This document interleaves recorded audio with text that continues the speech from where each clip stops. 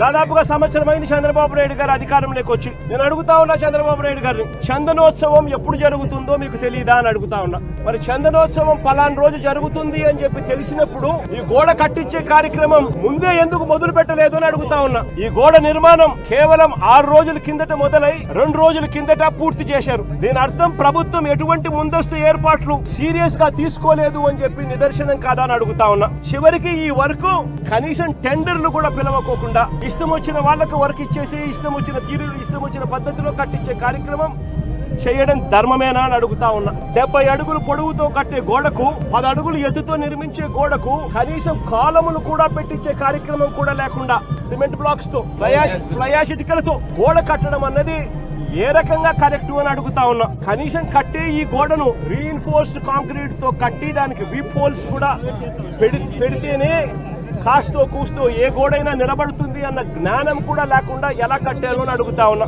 2 రోజుల కిందనే గోడ పూర్తయింది అని తెలుసు, వర్షం కూడా ముందు రోజు రాత్రి పడింది అని కూడా తెలుసు. మరి తెలిసినప్పుడు ఇన్ని లక్షల మంది క్యూలో గోడ పక్కనే ఎలా వాళ్ళు క్యూలో నిలబడేట్టుగా చేశారు అని అడుగుతా ఉన్నా ఇదే పెద్ద మనిషి చంద్రబాబు నాయుడు గారిని.